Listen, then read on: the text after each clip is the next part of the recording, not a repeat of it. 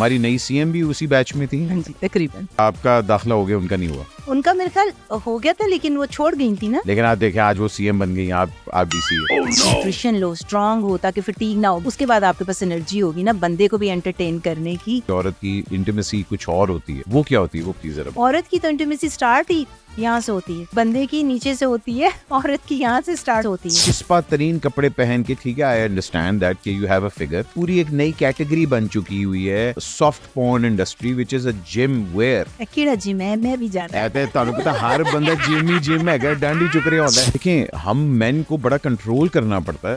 मैं ऑनेस्टली आपको बताऊं, नहीं पसंद ज्यादा लिप्स हो रही हैं, चढ़ा ये वो सारे को नहीं हमें पसंद। पेट अंदर होना चाहिए आदमियों का। ओके नोमी भाई थोड़ा सा सक इन कर ले प्लीज। 7 8 9 दे दें। सक इन करने की जरूरत नहीं है। देखा था ना पहले आपको, ला ला ला तो नहीं हुआ था कुछ। मेरे दिल की धड़कनें तेज हो गई। और तीनों साल इसके मैंने पैसे नहीं दिए। ख़वातीन और हज़रात, मेरा नाम अहमद अली भट्ट है एंड एक और एपिसोड, एक और शख्सियत, एक्सक्यूज़ मी। आपको पता है हम लोग यहाँ नॉर्मली सेलिब्रिटीज़ आते रहते हैं, नॉर्मली यहाँ बड़े डाडे लोग आते हैं। कभी कभार हमारे पास ऐसे लोग भी आते हैं कि जिनके बारे में मैं बहुत कम जानता हूँ, लेकिन मैं जानना चाहता हूँ। They are not from my field of work, but they are from one of the most prestigious fields, which is the medicine field. इनका तारुफ मैं ये करवाना चाहता हूँ because she came very highly recommended. She has done a lot for the medical community and for the Pakistani Women's Associations. मैं ये बस कहूँगा कि विमेन हेल्थ के ऊपर भी बात कर चुकी हुई है, हार्मोन रिप्लेसमेंट थेरेपी हो जाए, Lahore medical and dental college के बोर्ड पे भी हैं। उसके साथ साथ इनका अपना यूट्यूब चैनल भी है, लाइफ कोच भी हैं, डिवोर्स एंड मैरिज काउंसलिंग भी करती हैं। मतलब कि मल्ले की फुफू जो सब कुछ करती है ना वो ये करती हैं। प्लीज़ आप, it's my honour to have doctor Shabana Mufti on the show. अस्सलाम वालेकुम डॉक्टर साहब, कैसे हैं? वालेकुम सलाम, I am very excited to be here, nice to meet you. वैसे आपको पता है आप डॉक्टर कहीं से लगती नहीं है। अच्छा।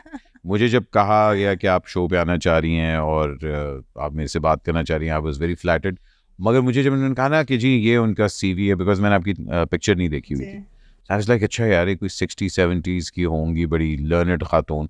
And I was taken back when you entered and I was like वाह माशाल्लाह। जो आखिरी 2 बातें की ना आपने, बड़ी लर्नड खातून, वो ठीक है, अच्छी बात है ना। सो देखें और जो बात की है ना आखिर वाली, हिकमत, दानिशमंदी एंड विजडम, वो भी ठीक है। वैसे लाहौर से आपका ताल्लुक? मैं लाहौर में पैदा हुई हूँ, हाँ, मॉडल टाउन में। मॉडल टाउन में हुई और आपकी लाहौर की ही सारी परवरिश थी, तो फिर वाशिंगटन क्यों भाग गई आप? शादी करके। ये हम सब करना चाहते हैं इस तरह की हरकतें, शादी करके भागना चाहते हैं यहाँ से, मगर हमें हुकूमत इजाज़त नहीं देती या हमारे माली हालात हमें इजाज़त नहीं देते। जिस टाइम पे आपने मेडिकल किया था उस टाइम पे तो हमारी नई सीएम भी उसी बैच में थी। हाँ जी, तकरीबन उन्हीं के साथ थी। और आपका दाखिला हो गया, उनका नहीं हुआ? उनका मेरे ख्याल हो गया था, लेकिन वो छोड़ गई थी ना।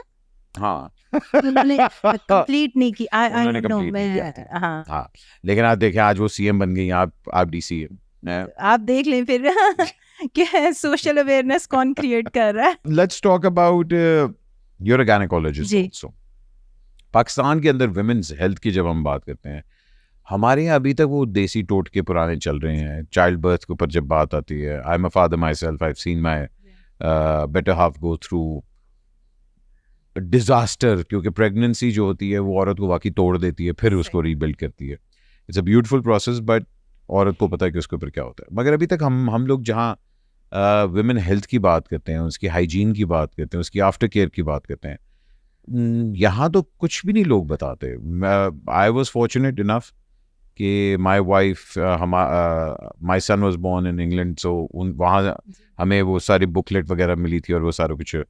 यहाँ क्या होता है? यहाँ तो होता है कि जी बच्चा अगर पैदा होना है तो सिजेरियन कर दें फ़ौरन से पहले, कोई दूसरा पूछता ही नहीं है।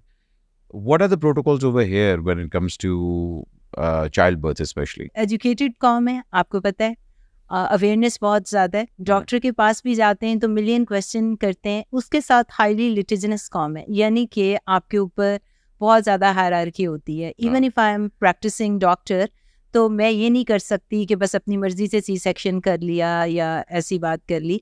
जो भी चल रहा होता है उसकी मॉनिटरिंग हो रही होती है, नर्सेज होते हैं, पूरा सिस्टम होता है, आपकी डॉक्यूमेंटेशन होती है, पेशेंट को भी पता होता है कि मेरे साथ क्या हो रहा है, और फिर हर चीज़ डॉक्यूमेंट करके, अगर नॉर्मल डिलीवरी का ज़्यादा रिवाज है वहाँ पे, मगर यहाँ तो हम लोग इनकरेज करते हैं, आई एम सॉरी मैं आपकी बात काट रहा हूँ, मगर यहाँ तो हम लोग 60-70% ऑफ द डॉक्टर्स इनकरेज के जी हाँ आप सिजेरियन करवा लें।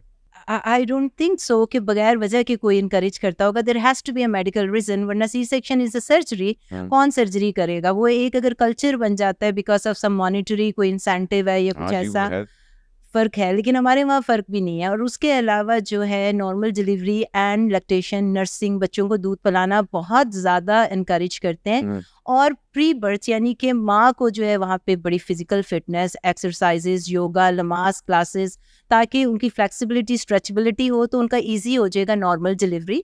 और पर डिलीवरी के टाइम पे एपिड्यूरल देते हैं, जिसे हम कहते हैं पेनलेस डिलीवरी, कि भाई आपको हम दे देंगे तो आपका आराम से हो जाएगा, अगर इतनी दर्दें नहीं लेनी पड़ेंगी। अभी मैं किसी से बात कर रही थी कि डॉक्टर ने जो है वो आपको ये नहीं बताया, हमें पहले डिस्कस करना पड़ता है प्लान ऑफ बर्थ, कि आप आओगे तो हम क्या करेंगे, अगर लेबर में आओगे तो क्या होगा, अगर इंड्यूस करना है तो क्या होगा, कितनी देर इंडक्शन रहेगी, उसके बाद अगर दर्दें होंगी तो आपके पास क्या चॉइसेस हैं कि आपको क्या क्या दिया जाएगा।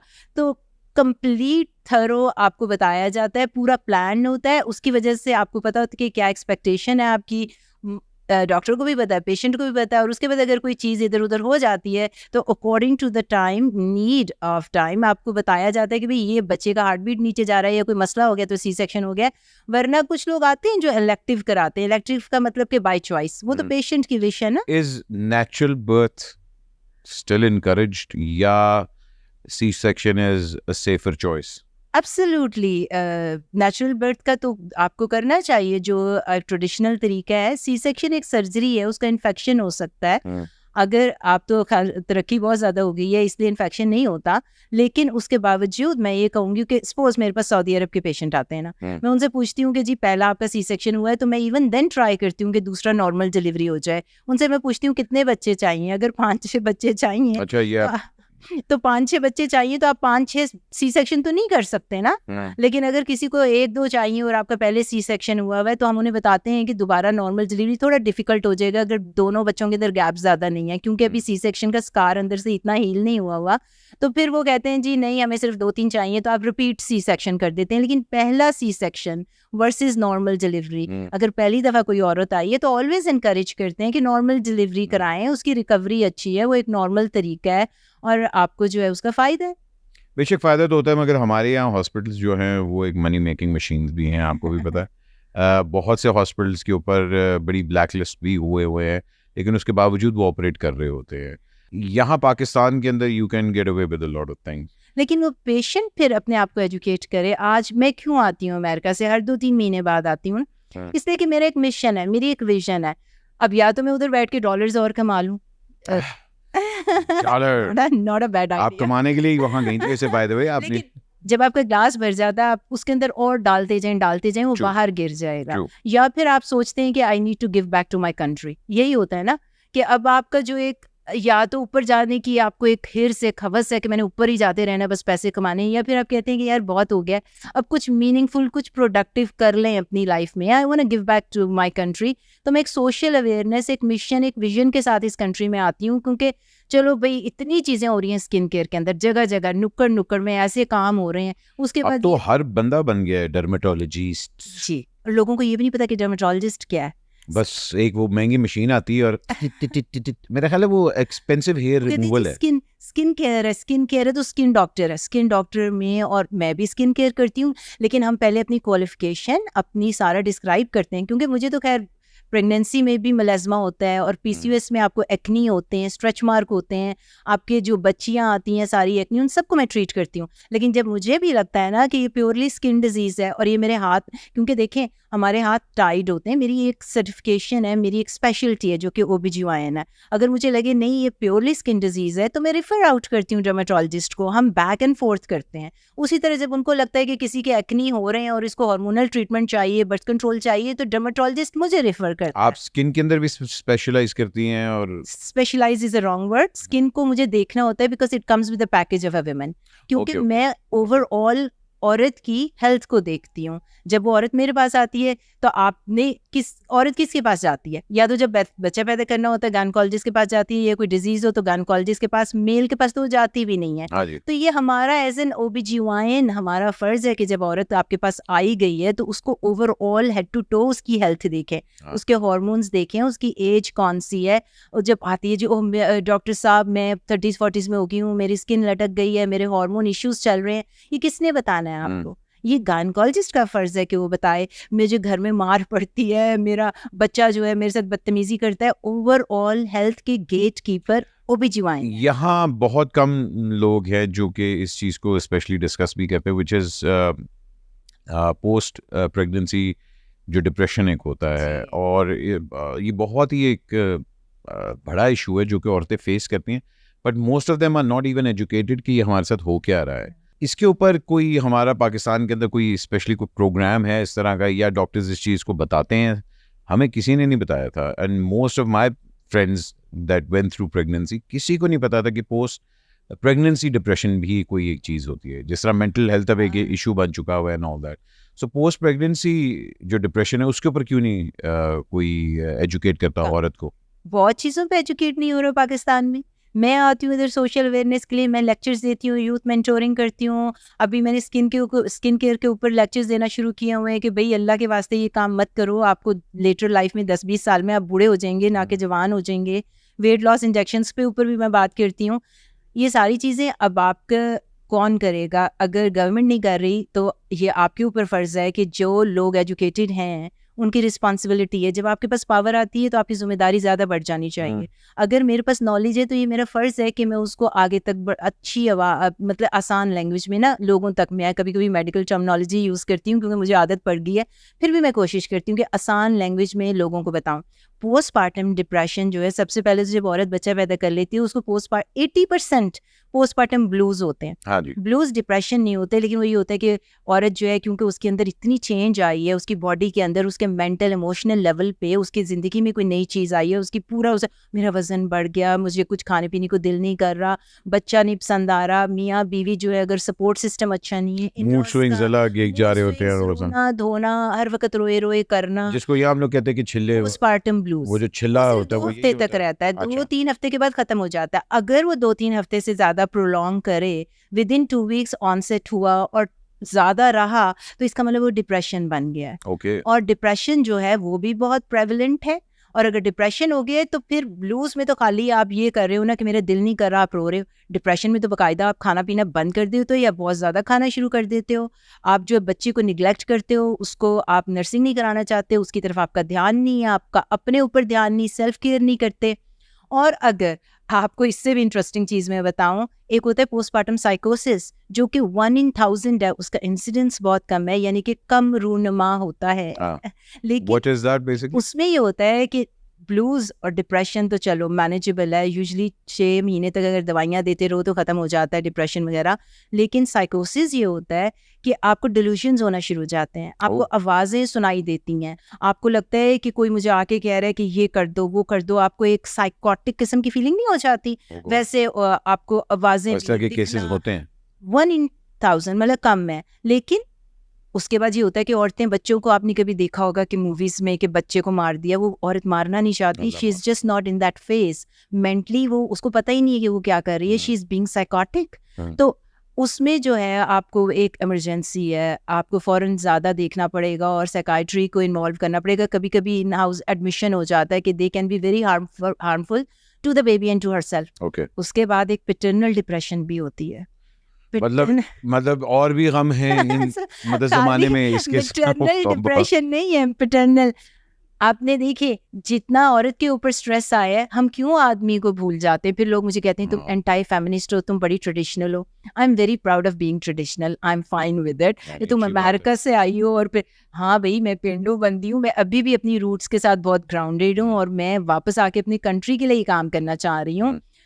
तो आदमियों को नहीं भूलना चाहिए हमें ये डिप्रेशन में क्या होता है, खासतौर पे जो लोग जिनका सोशियो इकोनॉमिक स्टेटस, जिनके पास इतना फाइनेंशियल प्रॉब्लम होता है आदमी को, उसको ऊपर और डिप्रेशन आ जाता है कि अब एक नहीं पूरे खानदान को पालना है, बच्चे हो गए हैं, उसके बाद फिर उसकी ज़िंदगी में भी तो एक नया बंदा आया है ना, बच्चा आया है, और उसकी तरफ से जो अटेंशन बीवी दे रही थी वो भी तो हटी है, इमोशनल इतने ज़्यादा उसका भी पैकेज आया है, तो वो भी मूड स्विंग्स, उसको भी डिप्रेशन, उसको भी वो लगता है अपना नहीं ख्याल कर रहा, बीवी का नहीं कर रहा, वो लड़ता झगड़ता है और फाइटिंग मोड में आ जाता है, तो डिप्रेशन है वो। आपने ये मैरिज काउंसलिंग और आप बल्कि मैरिज और कहते हैं सेक्सुअल दोनों काउंसलिंग करती हैं, और आफ्टर स्पेशली शादी के बाद जब मर्द औरत के बीच में औलाद आती है, उनकी जो डिवोर्स रेट्स होते हैं वो मतलब ज़्यादातर इसलिए भी हो रहे होते हैं बिकॉज उनकी जो उनकी इंटीमेसी होती है वो कम होना शुरू हो जाती है बच्चों की वजह से।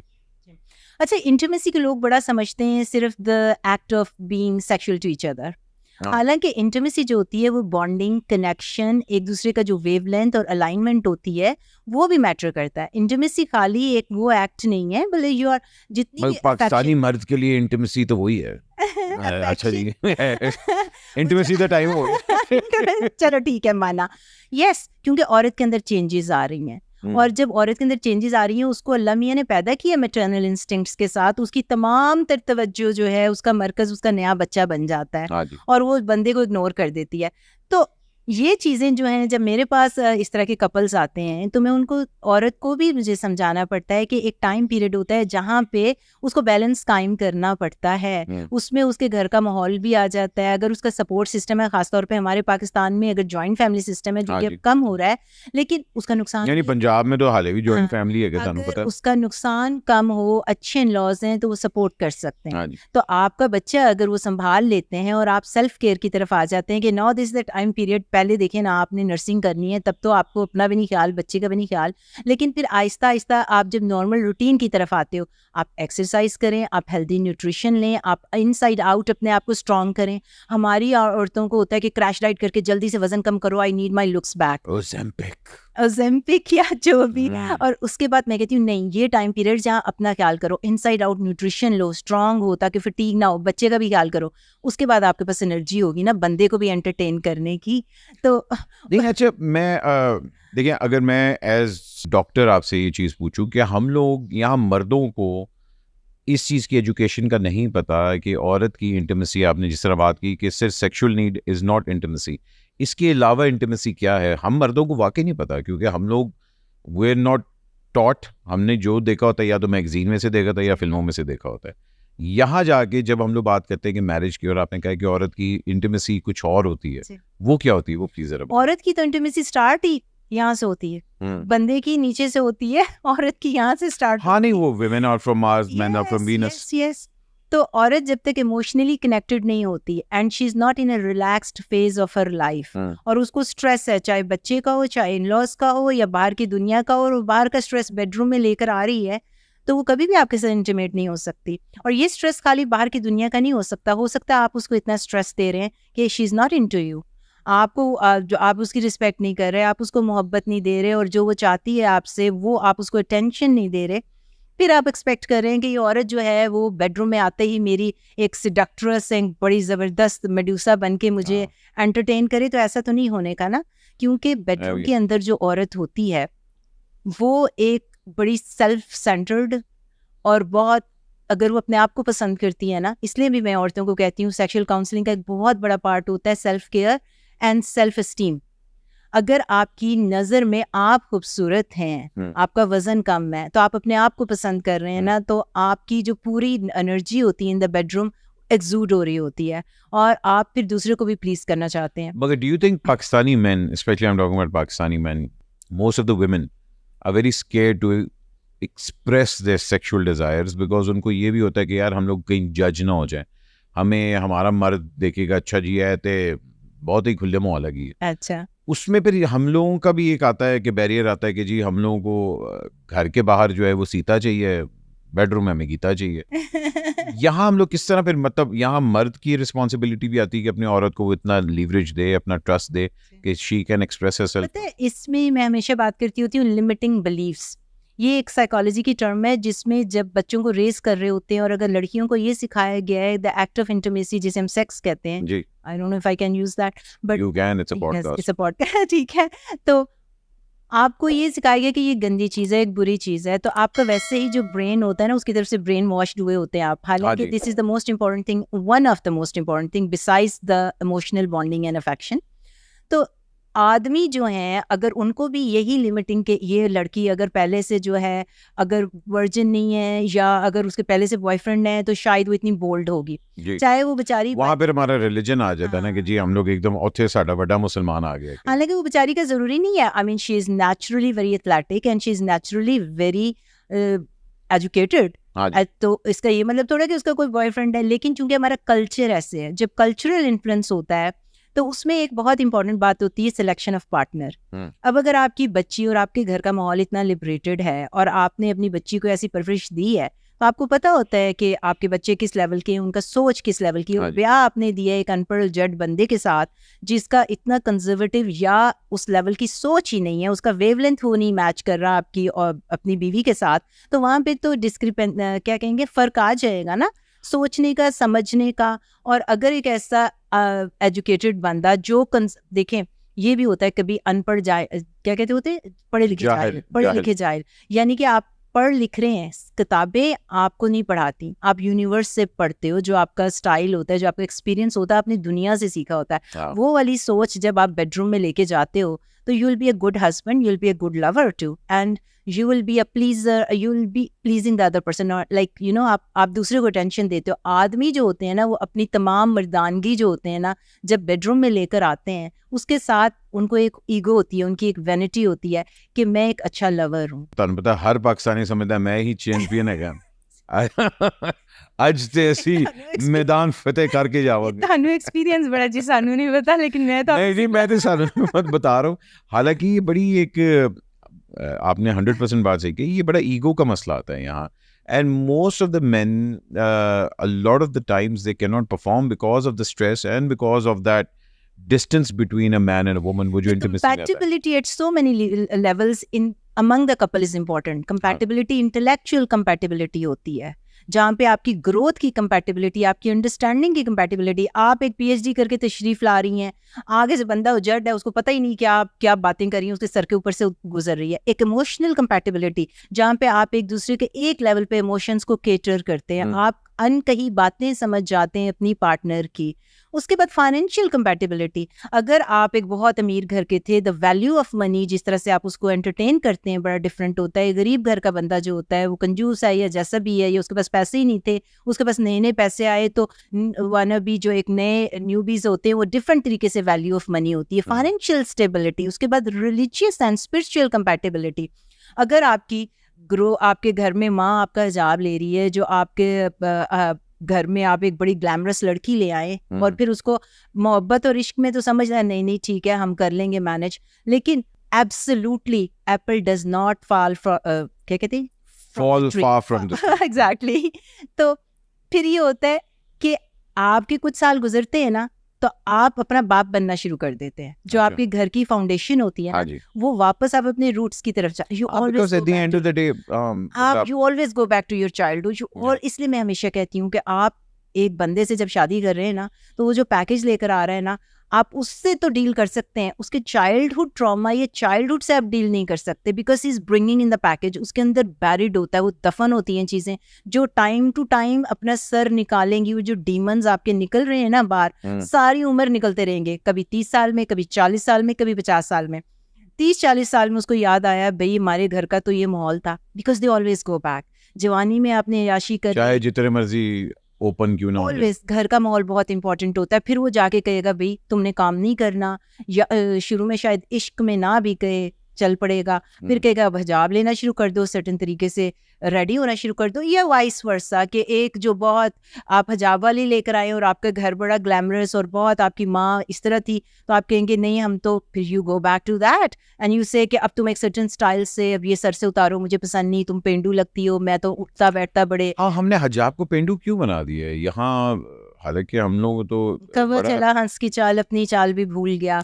तो जब आप ये किसने प्रमोट किया ना, आदमी ने किया, आप ये कैसे कह रहे हैं आप, तो आदमियों ने ऐसी औरतों को प्रमोट किया है कि तुम एक सर्टेन अंदाज में, एक सर्टेन लुक में, ऐसा चिजल जा होगा, पाउट लिप्स होंगे, ऐसी पिक्चर तुम लगाओगी। मैं ऑनेस्टली बताऊं, हम मर्दों ने नहीं प्रमोट किया, हम मर्दों को, उनको लाइक कौन करता है? वो तो हम ही करते हैं, जाहिर बात है, क्योंकि हम ठरकी हैं बेचारे, at the end of the day हम क्या करें। बंदे ने किया है ना, नहीं मगर ठरकी ऐसी ऐसी हुए हैं बिकॉज मतलब औरतें दिखा रही हैं। अब आप मुझे बताएं, आधे से ज्यादा बल्कि 90% ऑफ द टाइम आपको पता है सबसे ज्यादा टाइट कपड़े कहाँ पहने जा रहे हैं? जिम में। अब आप किसी औरत को जिम में वर्कआउट करते हुए देख लें आप, मैं कहता हूं कि आप कहेंगे अच्छा भाजी ए वेट कितने चुकती पई है। हर औरत टाइट से चिस्पा तरीन कपड़े पहन के, ठीक है आई अंडरस्टैंड दैट कि यू हैव अ फिगर, मगर फिर जिम में एक पूरी एक नई कैटेगरी बन चुकी हुई है of soft porn industry which is a gym where. केड़ा जिम है? मैं भी जाना है। ऐसे तुहानू पता हर बंदा जिम है, डंड ही चुक रहा होता है। All I am saying is, देखें I understand the battle between the sexes, it's always been there, ठीक है, but you can't blame us men all the time. देखें हम मेन को बड़ा कंट्रोल करना पड़ता है बिकॉज हमारे पे बात यूं आती है। एक्चुअली जो मैं कह रही थी, मैं बंदों की फेवर में कह रही थी। मैं ये कह रही हूँ कि सिर्फ सोशल मीडिया की हद तक हाँ जी, आपने औरतों को वैलिडेट करते गए, उसमें ये होता है कि जो नई पौध की लड़कियां आ रही हैं उनको लग रहा है कि दिस इज द स्टैंडर्ड, ठीक है। और हालांकि मैं ऑनेस्टली आपको बताऊं 90 बल्कि मैं तो कहूँगा 70% चले ऑफ द मैन को नहीं पसंद ज्यादा लिप्स हो रही हैं, अच्छा, चरा ये वो सारा कुछ नहीं हमें पसंद। ट्रेडिशनल बंदी एक अच्छे तरीके से कोई एजुकेशनल या कोई ऐसी बात वीडियो लगाए, अपनी सोशल मीडिया इन है, हर बंदा जाना चाहता है, हर बंदा कुछ ना कुछ करना चाहता है उस पर, उसको 2-4 लाइक भी नहीं आते तो उसको लगता है पेयर प्रेशर में कि दूसरी बंदी को आ रहे हैं, मुझे नहीं आ रहे, तो मुझे यही लुक चाहिए, मुझे ऐसा ही बनना है। एक्सटर्नल वैलिडेशन, 100% में बात, that external validation is coming from the man. और मगर मैन वो औरत को कभी घर नहीं लेके आएगा, मतलब ये है ना, वो उस औरत को इंस्टाग्राम तक ही रखेगा। आजकल जो है वैसे हालात बदल गए हैं, आजकल जो है दे आर अट्रैक्टेड जो विद अ सर्टेन लुक कि मुझे ऐसी लड़की चाहिए, वो फंसा भी लेते हैं एक दूसरे को सारे, वो अपनी मनी के बेस पे फंसा रहा है, वो अपनी लुक्स की बेस पे, सो जो बीच में डील हो रहा है वो यही किस्म का हो रहा है। देखें at the end of the day कोई भी औरत किसी मतलब फुकरे के साथ तो नहीं जाना चाहिए बिकॉज वैल्यू कोई, money is the best motivator जी, मनी होगा तो ओते काले नाल भी ब्याह कर लेगी। हाँ, लेकिन आपका मेन पीछे फैक्टर और फाउंडेशन क्या है? अगर आपको मनी ही सिर्फ है और आपने कोई और चीज नहीं देखी तो be ready for the consequences. बिल्कुल, मैं यही तो कह रहा हूँ कि फिर आपने जिस तालाब में आपने कूदा है फिर उसके लिए आप मतलब रेडी रहे, मैं इसकी बेस पे डिसीजन लिया। जी बिल्कुल, मैंने अभी एक हाल ही में एक क्लिप देखी थी जिसमें वो बंदा पूछता है, कहते हैं कि would you rather be with a billionaire who cheats on you और be completely in love with a person who cannot afford even a pair of socks। तो उस औरत ने कहा, कहती है हाँ बिलियनियर ठीक है। उन्होंने कहा ठीक है चलो और कुछ नहीं, आंदे तक आ रही है ना, सही है। मतलब तो एक औरत की मेंटालिटी, बिल्कुल माइंडसेट हमने ऐसा कर दिया हुआ है, माइंडेड हो गए हैं लोग। हालांकि आज की औरत को चाहिए कि अगर उसने सक्सेस हासिल करनी है तो अपने आप को फाइनेंशियली इंडिपेंडेंट करके अपने आप की और बंदे को भी, दोनों तरफ अपना स्किल वैल्यू आप क्या ला रहे हो, आपका एक सेट होता है स्किल सेट, जो स्किल सेट आप टेबल पे ला रहे हो उसके इक्वली मैच होना चाहिए आपको। अगर आप बिल्कुल ही फुकरे हैं तो आप क्यों फुकरे हैं? Obviously you are not doing something right in your life, you are not complete and you are not successful. आपको रोका तो नहीं ना किसी ने। बिल्कुल। तो इसका ये मतलब हुआ कि फिर अगर आप कोई फेक चीज ला रहे हैं तो आगे से फेक मिलेगा आपको। अब अगर आप सिर्फ पैसे के पीछे जा रहे हैं तो आपने सिर्फ अपनी लुक्स की बेस पे किसी को सिलेक्ट किया है। टेल मी, लुक्स किसकी कब तक रहेंगी? जितनी मर्जी आपके पास पैसा हो, आप जितना मर्जी कर लें, एज तो आपने करना है। जब लुक्स खत्म होंगी, अगले का पैसा या तो खत्म हो जाए ना, तो फिर वो भी फुकरा हो जाएगा। नहीं, जो तक लुक्स मुक दी अगले तो चाह भी मुक जाता है। That's what I was saying कि आपने लुक्स की बेस पे किसी को विन किया, अगले ने पैसे की बेस पे किया, उसका पैसा बढ़ता गया, आपकी लुक्स के एसेट्स कम होते गए। अब क्या होगा जब आपकी लुक्स कम होंगी, उसका पैसा या तो उसको फुकरा करें पहले, लेकिन वो बढ़ता गया तो अब वो दूसरी औरत लेकर आएगा जिसकी वही लुक्स थी। तो be ready for the consequences. ये लड़कियों को पता होना चाहिए कि जिस चीज के अंदर हम जा रहे हैं, जिसकी बेस पे हम डिसीजन ले रहे हैं अपने रिलेशनशिप का, वो बहुत शॉर्ट टर्म है। आप इतनी काउंसलिंग करती हैं, डिवोर्स और मैरिज काउंसलिंग में, what do you think is the number one reason for the highest divorce rate जो कि अब हम लोग देख रहे हैं? Specially early divorces. पहले तो होता था ना कि जी पता लगता था कि 10-15 साल बाद डिवोर्स हुई, तो पता लगता है 10-15 दिन बाद ही हो गई। ऑप्शंस बड़े हैं सबके पास सोशल मीडिया की वजह से, और आपको ऑलरेडी पता होता है कि अगर मेरा यहाँ नहीं चला, आपके lack of foundation, multiple factors हैं, एक चीज़ नहीं हो सकती इसके ऊपर। आपकी फाउंडेशन ऐसी है, आपके माँ बाप जो हैं आपको ट्रेन किया आजकल लड़कियों को कि अगर आप फाइनेंशियली इंडिपेंडेंट हैं तो आपको ईजी हो जाएगा डिवोर्स लेना। हालांकि पहले ज़माने में कि अगर आपके पास पैसे हैं तो आपने थिक एंड थिन में अपने हस्बैंड का साथ देना है, बर्दाश्त करना है, कोशिश करना है, निभाना है। बात वही है कि पैसा करो, इंडिपेंडेंट हो जाओ, लेकिन पीछे माइंडसेट ये कहना है कि डिवोर्स लेना आसान हो जाएगा, एक्सेप्टेंस आ गई है कि जल्दी फारिग हो जाओ, which is I am fine with that. कि अगर आपका हस्बैंड अब्यूसिव है, लड़ाई मार कुटाई हो रही है, शुरू में ही पता चल गया कि कोई ऐसी चीज़ें हैं जो चेंज नहीं होंगी, एक कांस्टेंट फैक्टर है, जवारी है, औरतों के अंदर है, कोई ऐसी चीज़ है जो आप नहीं बदल सकते, तो आपको जल्दी अलग हो जाना चाहिए। Why you wasting your time? लेकिन नहीं होंगे क्योंकि वो अमीर है ना, तो फिर बी रेडी कि वो चलता रहेगा ऐसे, फिर व्हाई यू इवन कंप्लेनिंग? आपको फिर ये पता होना चाहिए ना कि जो चीज़ आप मैं अमरूद का दरख्त लगा के आम नहीं उगा सकती, तो मेरा मतलब है कि जिस चीज़ के ऊपर आप डिसीजन ले रहे हैं उसके कॉन्सिक्वेंसेस के लिए आपको रेडी रहना चाहिए, या अपनी वैल्यू आप इतनी हाई वैल्यू कर दें कि अगले को भी पता हो कि चपेड़ यहाँ पड़ेगी आगे से अगर मैं मारूंगा तो। What kind of value you are bringing on the table? आप क्या इतने एजुकेशन की वैल्यू ला रहे हैं, विजडम की वैल्यू ला रहे हैं, अपने मनी की वैल्यू ला रहे हैं, अपनी फाउंडेशन, आपकी स्ट्रॉन्ग स्पिरिचुअलिटी, कोई तो वैल्यू लेकर आओ भाई दोनों तरफ से जो कि मैच कर रही है। कुछ भी नहीं ला रहे और सिर्फ एक हुस्न की बुनियाद पे, दूसरा पैसे की बुनियाद पे, तो फिर वो कब तक लास्ट करेगा? वो तो नहीं लास्ट करता ना फिर ज़्यादा। आपने इसके ऊपर भी बात की कि पेरेंट ग्रूमिंग बहुत एक इम्पॉर्टेंट चीज़ है जो कि हम लोग बिल्कुल इग्नोर करते हैं कि हमारी जो नई जनरेशन आ रही है, पेरेंट्स के पास बिल्कुल टाइम नहीं है कि अपने बच्चों को पालने का, because of the lifestyle that we have nowadays. इसकी क्या आप शॉर्टफॉल्स देख रही हैं? क्या ये चीज़ें आगे जाके वर्स होती जा रही हैं? आप यंग काउंसलिंग के अंदर क्या चीज़ें देख रही हैं? बच्चों के अंदर क्या चीज़ मेन, मतलब किस चीज़ की कमी आ रही है? गैप बहुत, जनरेशनल गैप बहुत आगे, चूंकि जो बच्चे हैं वो बहुत आगे चले गए हैं because of social media again, because of the gadgets जो उनके हाथ में हैं, और जो माँ बाप हैं वो इवॉल्व नहीं किया, उन्होंने ग्रो नहीं किया और अपने बच्चों की नीड को समझ नहीं सके। पेयर प्रेशर बहुत ज़्यादा है, आप अपने बच्चों से उनके गैजेट्स भी नहीं दूर कर सकते क्योंकि उनके फ्रेंड्स के पास है, आप उनको एक सर्टेन एजुकेशन से दूर भी नहीं कर सकते। माँ बाप को चाहिए कि वो अपने बच्चों के साथ ग्रो करें, उनकी नीड्स को समझें, क्योंकि आजकल की नीड्स बदल गई हैं।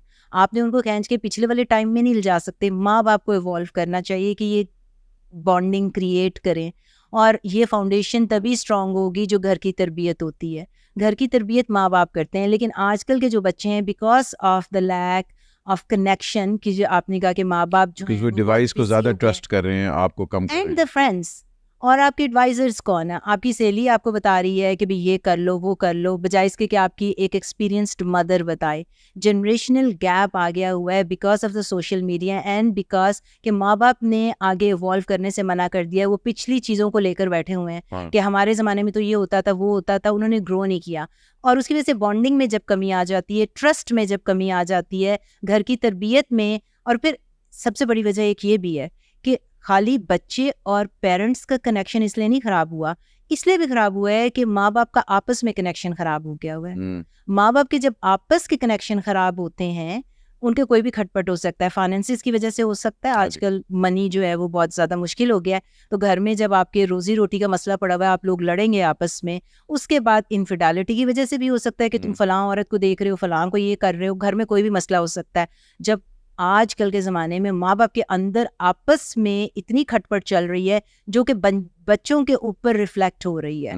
आप जब लड़ेंगे, अपनी चीज़ें बेडरूम बाथरूम तक नहीं रखेंगे और बच्चों को कॉन्फ्लिक्टेड मैसेज दे रहे हैं, डबल मैसेज दे रहे हैं कि बाप ने कहा नहीं तुम ये करो, बाप के अगेंस्ट माँ हुई है, और बच्चे यूजली माँ की तरफ स्वे हो जाते हैं और वो उसके अगेंस्ट एक आर्मी तैयार कर रही है अपने बच्चों को कि बड़े होके हम बाप के अगेंस्ट खड़ा हो सकेंगे। तो जब भी माँ बाप एक पेज पे नहीं होते और अपने तनाज़ात और अपनी लड़ाइयाँ बच्चों के सामने लेकर आते हैं, तो बच्चों की तरबियत वो नहीं होती, वो बचपन से ही एक ट्रॉमा का शिकार हो जाते हैं, एक कॉन्फ्लिक्टेड रिलेशनशिप का शिकार हो जाते हैं। Is that the reason why? Because आप देखें कि एक टाइम होता था कॉस्मेटिक सर्जरीज वगैरह लेट 40s या लेट 50s में लोग करते थे.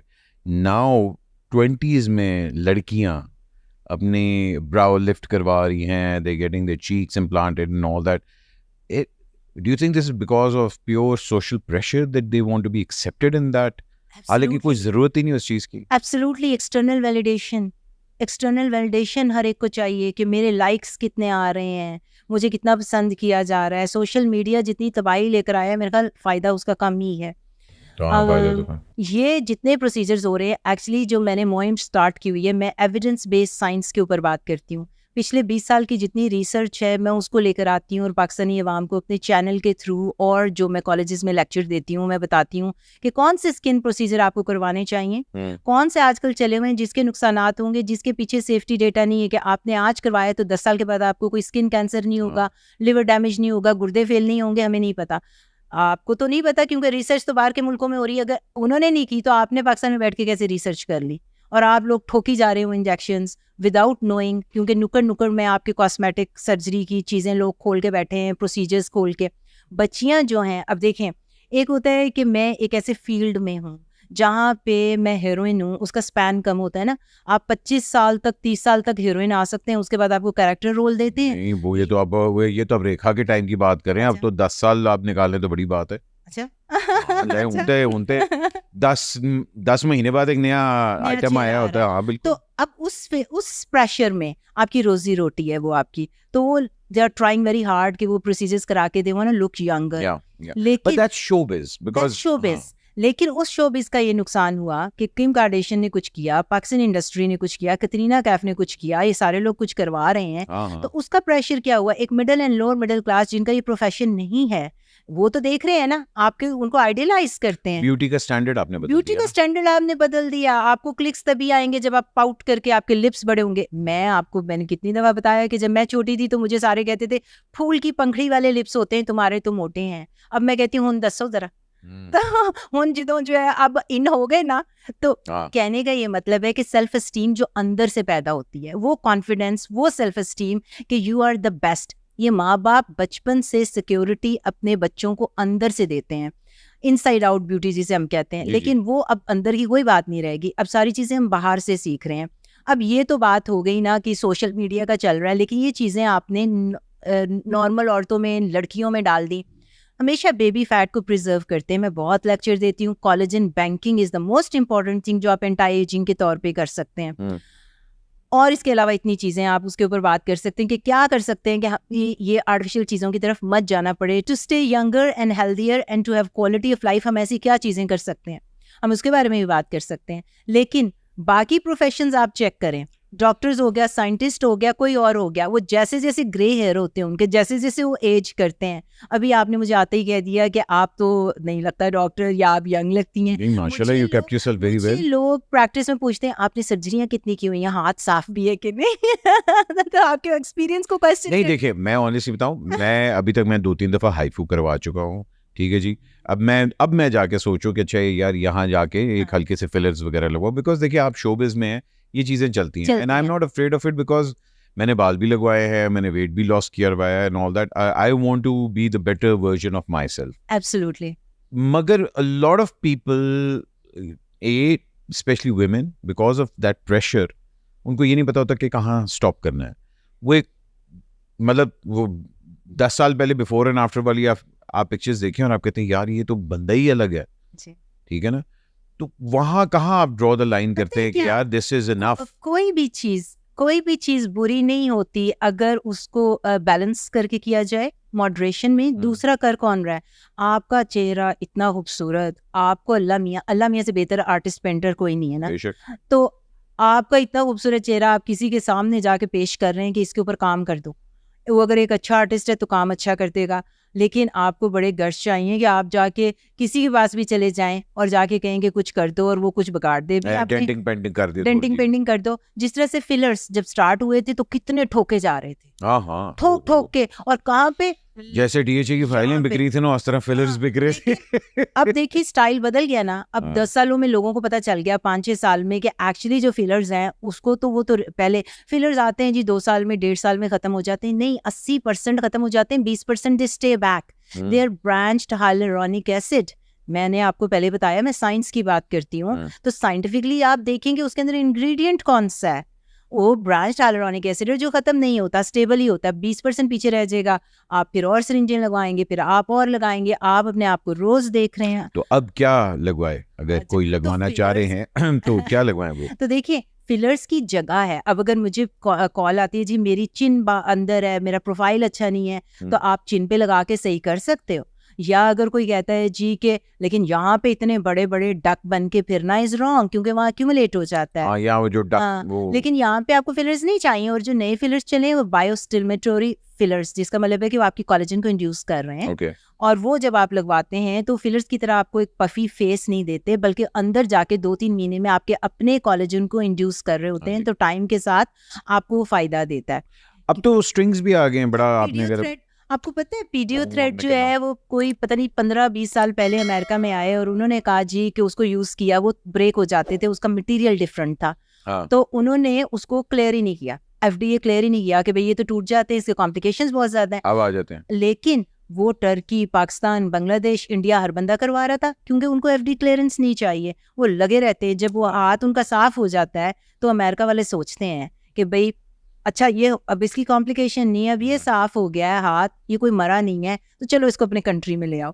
क्या बात तो अब भी कोई 2-4 साल पहले मटेरियल बदल गया पीडियो थ्रेड का, और उन्होंने देखा कि अब वो स्मूथ है और उसकी इतनी कॉम्प्लिकेशन नहीं, तो अब जाके वो ट्रेन कर रहे हैं, जो कि पाकिस्तान और बाकी कंट्रीज एंड टर्की में कितने सालों से हो रहे थे, और यंग लड़कियां करा रही थी। अभी आपने बात की थी ना यंग लड़कियों की और हाइफू की, तो देखें मुझे कोई नहीं है कि आप जाके 10 दफा हाइफू कराएं, एक अच्छे हाथ में हाइफू वुड वर्क, लेकिन पहले आप ये समझ तो लें कि हाइफू चीज क्या है।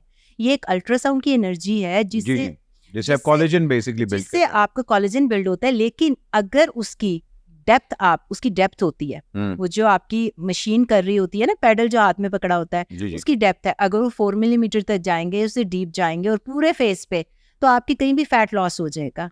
अब अगर आपको बहुत हैवी डबल चिन कम करनी है, आप यहाँ पे करोगे तो HIFU will work for you, क्योंकि आप यहाँ से फैट खत्म करना चाह रहे हो। लेकिन अगर आप किसी ऐसे doctor, esthetician, but HIFU can be dangerous also. मैं वही बता रही हूँ आपको कि अगर आपका उसका पेडल चेंज नहीं करते या उसकी सेटिंग चेंज नहीं करते, करने वाले को नहीं पता, और वो पूरे फेस पे एक ही सेटिंग के साथ ठा ठा ठा लगा हुआ है, तो आपने यहाँ से तो अपना कोलेजन कम नहीं करना, क्योंकि एज के साथ आपका कोलेजन कम हो रहा है, आपकी फैट कम हो रही है एज के साथ आपकी ये। लेकिन आप अगर एक सेटिंग के साथ पूरे फेस पे ठा ठा हाइफू करेंगे तो फैट लॉस होगा। तो जहाँ से आपने फैट लॉस नहीं करना, तब फैट लॉस वहां से होगा, तो आप जल्दी बूढ़े हो जाएंगे। नहीं, कोई भी बूढ़ा नहीं होना चाहता, everybody wants to stay young. ये बैंकिंग के ऊपर तो हम सारे कहते हैं, मगर ये कोलेजन बैंकिंग क्या है, ये जरा बताएं। देखें कुछ चीजें ऐसी हैं जो कि मैं बहुत प्रमोट कर रही हूँ और बाहर की दुनिया में भी बहुत प्रमोट हो रही हैं। उनमें से एक चीज है कोलेजन बैंकिंग, जो कि एक नया ट्रेंड है, पुराना ट्रेंड भी है लेकिन अब ज्यादा ऑन सरफेस आ गया है। आप देखिए जब 25 ईयर्स के बाद, 25 साल है ना आपकी एज, तब तक आपका स्किन का जो सेल टर्नओवर है, नए नए सेल बन रहे हैं, नीचे से नए सेल्स आ रहे हैं, आपको कुछ ज्यादा करने की जरूरत नहीं। इसलिए मैं कहती हूँ लड़के लड़कियों को कि 25 साल से पहले मिनिमलिस्ट रहो, अनलेस के एक्नी वगैरह उसका इलाज चाहिए होता है, कोई और छाइयाँ वगैरह उसका इलाज चाहिए, उससे ज्यादा आपको कुछ करने की जरूरत नहीं। 25 साल के बाद आपका कोलेजन कम होगा 1% एवरी ईयर। अच्छा। और औरतों में खास तौर पे जब उनको मेनोपॉज हो जाता है, उनके हार्मोन्स खत्म हो जाते हैं, एस्ट्रोजन वगैरह, आपके पीरियड खत्म हो जाते हैं, तो फिर क्या होता है आपका that's later, that's after 45 के बाद। तो मेनोपॉज जब होता है तो पहले 5 साल में आपके 30% कोलेजन खत्म हो जाता है फ्रॉम द बॉडी, और जब आप 60-70 ईयर्स के होते हैं तो आपके जिस्म के अंदर से 70-80% ऑफ योर ओन कोलेजन खत्म हो जाता है। कोलेजन क्या होता है? कोलेजन टाइप 1, 2, 3 वगैरह, ये सारे बड़े इंपॉर्टेंट चीजें हैं जो आपके जॉइंट्स के अंदर होता है, दैट्स व्हाई वो आपका मोबाइल होता है, वरना आपको आर्थराइटिस हो जाता है, आपका कार्टिलेज खत्म होना शुरू हो जाता है। स्किन, हेयर, नेल्स, आर्टरीज, आपकी जो हार्ट की, आपकी हर चीज के लिए आपको कोलेजन चाहिए, मसल्स के लिए, टेंडन्स के लिए। How do you bank it then? अब जो है ना कि कोलेजन आपको लेना चाहिए सप्लीमेंट्स की सूरत में। ओके आपको बाय माउथ लेना चाहिए। ये आपने देखा होगा कोलेजन मास्क चले हुए हैं, बड़ी क्रीमें श्रीमें। कोलेजन का साइज जो होता है ना वो 300 के डेल्टा, इतना बड़ा साइज होता है मॉलिक्यूल का। अगर आप फेस पे लगाएंगे तो उसने एब्जॉर्ब कोई नहीं होना। तो इसलिए मास्क वगैरह जो आप लगाते हैं वो हाइड्रेट करता है, जिसकी वजह से आपको लगता है वो मैं बड़ा चमक दमक रहा हूं। वो बहुत ही टेम्परेरी तौर कोई पे नहीं हो रहा, ओके वो आपको सिर्फ वक्ती तौर पे। आपने बाय माउथ लेना है, और वो भी वो वाला कोलेजन जिसका मॉलिक्यूल का साइज छोटा होता है। वो कौन सा है? हाइड्रोलाइज्ड या पेप्टाइड। तो आपने कैप्सूल्स लेने या पाउडर? मैं 2 से 3 लीटर पानी के अंदर कोलेजन पाउडर लगा डाल के, जो कि हाइड्रोलाइज्ड है, क्योंकि मॉलिक्यूल साइज छोटा है, स्टमक से एब्जॉर्ब हो जाएगा, आपको फायदा होगा। और कितना लास्ट करता है? एवरी डे लें जब तक कि आप ऊपर नहीं चले जाते, बिकॉज आपका कोलेजन फिर उठे जाके अल्लाह मियां कोलेजन दे दे क्योंकि आपको कोलेजन की जरूरत है if you want to stay younger and healthier. इसी तरह और कुछ चीजें हैं जो सप्लीमेंट्स वगैरह हैं, अगर आप चाहें तो मैं उसके ऊपर बात कर सकती हूँ, या कोई ऐसी साइंटिफिक डेटा जो कि 40 साल का डेटा किस चीज के पीछे है। Retinols and tretinoin. नहीं आई कम्प्लीटली अंडरस्टैंड डॉक्टर साहब। लॉट ऑफ द इन्फॉर्मेशन जो आपको चाहिए भी वो डॉक्टर साहब का अपना यूट्यूब चैनल भी, उस पर भी आप जाके ले सकते हैं। लास्ट चीज़ मैं आपसे डिस्कस करना चाहता हूँ जो कि आई एम वेरी इंटरेस्टेड इन। आपने एक बात की थी इमोशनल इंटीमेसी के ऊपर। What is that, and specially what do you think, ये मर्दों में ज़्यादा आप देख रही हैं या औरतों में ज़्यादा देख रही हैं इसकी कमी? आदमी तो विजुअल क्रीचर्स हैं। आदमियों को तो आंखों से ही जो है हर चीज अच्छी लगे तो बाद में वो सोचते हैं कि अब मैं इंटरेस्टेड हूँ या नहीं। क्या बात है, इतने सिंपल है हम लोग यार। सिंपल है, और अगर वो बंदी अच्छी लग गई विजुअली तो उसके बाद वो उसकी तरफ अट्रैक्ट होते हैं और they take their time to fall in love. लेकिन जब आदमी इश्क में पड़ता है तो उसका छुटकारा मुश्किल हो जाता है। और 1 मिनट में ऐसा लगता है कि ओह प्लॉट लंबा टाइम लगता है, लेकिन once they are in love तो फिर वो, इसलिए आदमी आप देखे होंगे लड़के बेचारे फिर वो ब्रेकअप हो जाए ना तो बड़ा मुश्किल से टॉलरेट करते हैं, बेड़े गर्क हो जाते हैं हमारे। वो सुसाइड तक पहुंच जाते हैं। ताजमहल भी नहीं बना, किसी औरत ने ताजमहल बनाया, 10-12 शादियां की हुई थी वो चले जो भी है उन्होंने बनाया था ना फिर भी। हाँ। तो ये चीजें जो है ना इमोशनली वो तब इन्वॉल्व होते हैं व्हेन दे आर एब्सोल्युटली। तो यू थिंक कि इमोशनल इंटीमेसी मर्दों में बिल्कुल नहीं होती? शुरू में नहीं होती, लेकिन डेवलप होती है when they are with the right person. And that is, अगर वो डेवलप हो जाए तो और औरत से ज्यादा औरत जो होती है उसकी हमेशा पहले स्टार्ट ही इमोशनल से होता है। If she is emotionally involve तो फिर उसके बाद इमोशनली इन्वॉल्व होती है तो then she takes to the next level.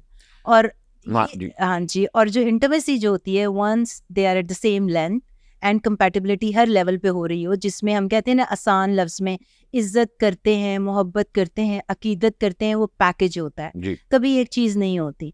वो जब पैकेज आपका पूरी वेवलेंथ और पूरी कंपैटिबिलिटीज हो जाती हैं तो you are absolutely matching each others needs. क्योंकि अनमेट नीड्स होती हैं ना, जब अनमेट नीड्स को उर्दू में कहेंगे कि आपकी जब ना मिलने वाली जरूरतें या ख्वाहिशात या महरूमियाँ तो फिर ये होता है ना, रिलेशनशिप खराब होते हैं। डॉक्टर साहब नन्ना मुन्ना सा हमारा शो होता है, टाइम ज़रा हमारे पास कम है, मगर एक जल्दी से एक्सक्यूज मी वाले थोड़े से सवाल है मैं आपसे पूछना चाहूँगा।